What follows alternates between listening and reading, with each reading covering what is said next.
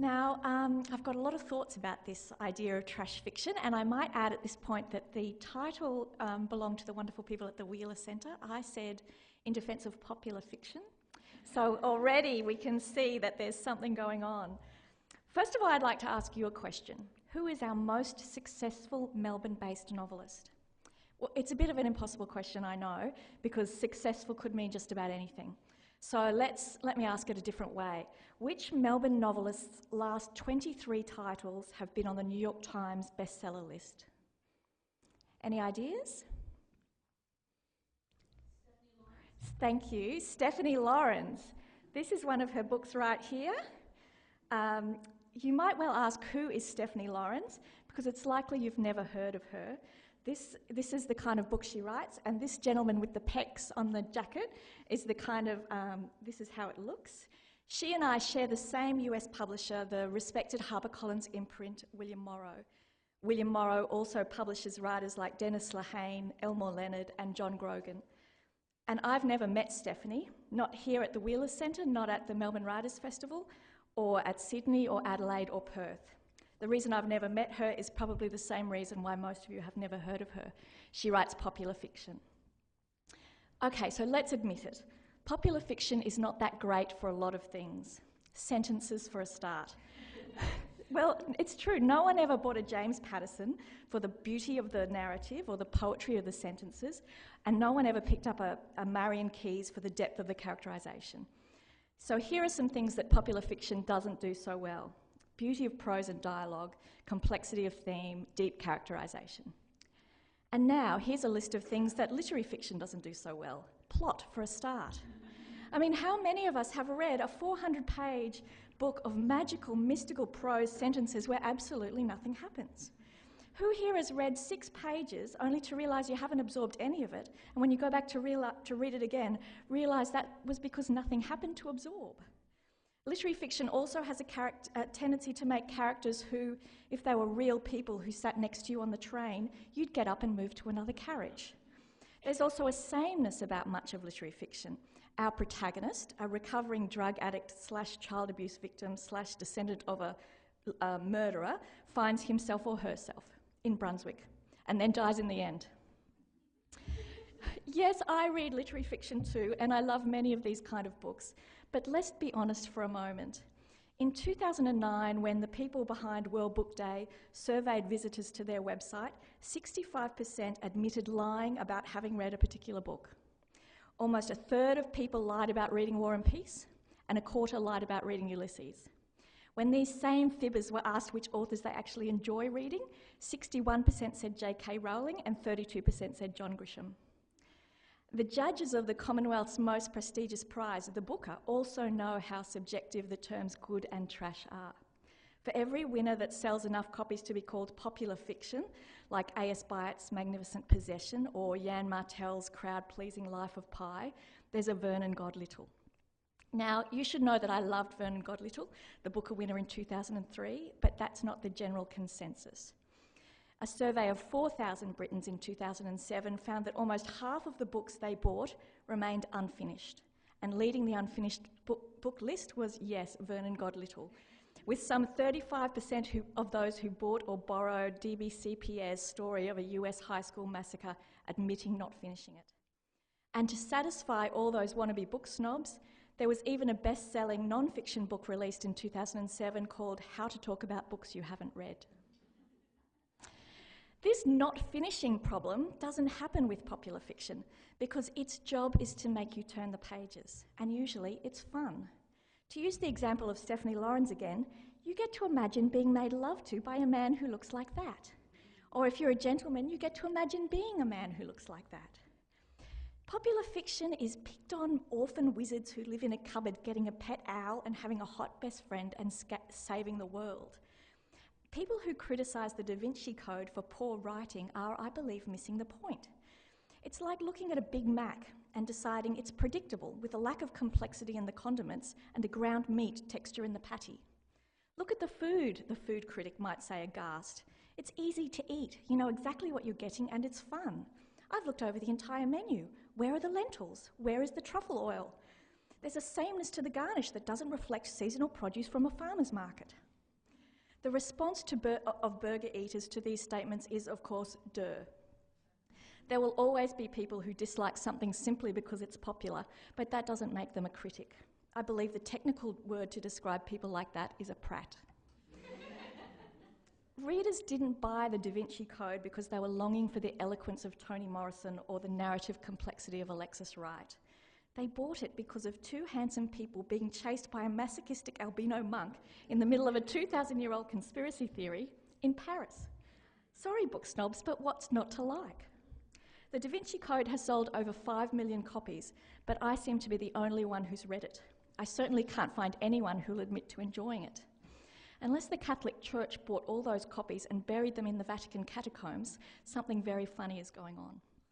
I read it on a flight from Rome to Australia, and I barely noticed the blood-pooling length of the flight. When a crime writer friend of mine heard I was speaking on this topic, he said, "So you're going to be explaining why Bryce Courtenay gets to be on a stamp?"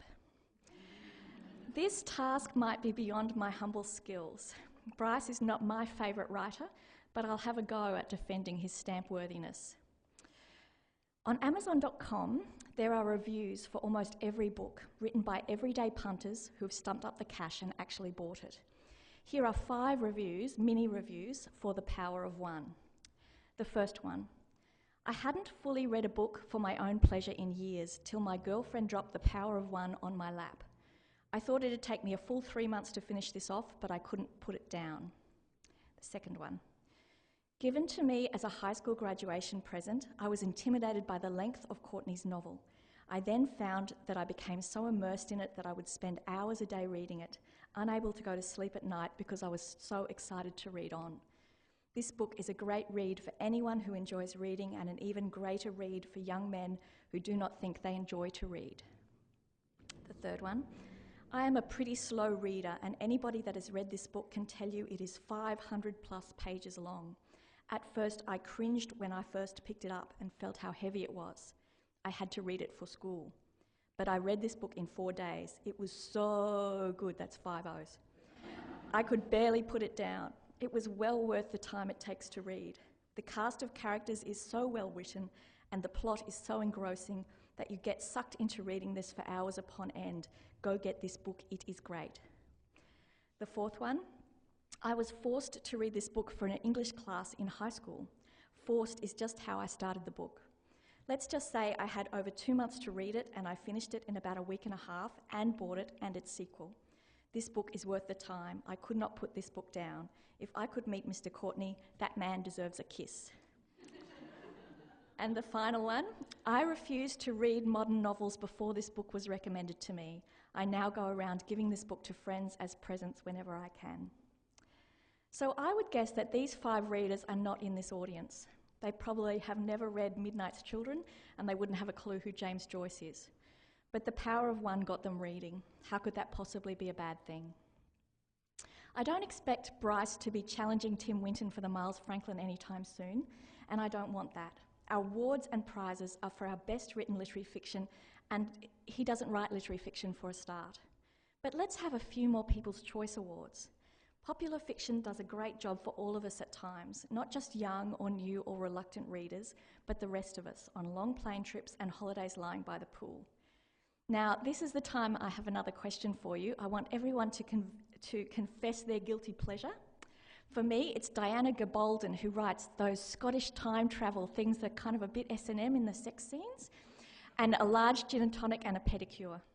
Would anyone like to confess? We're all friends here. Thank you, madam.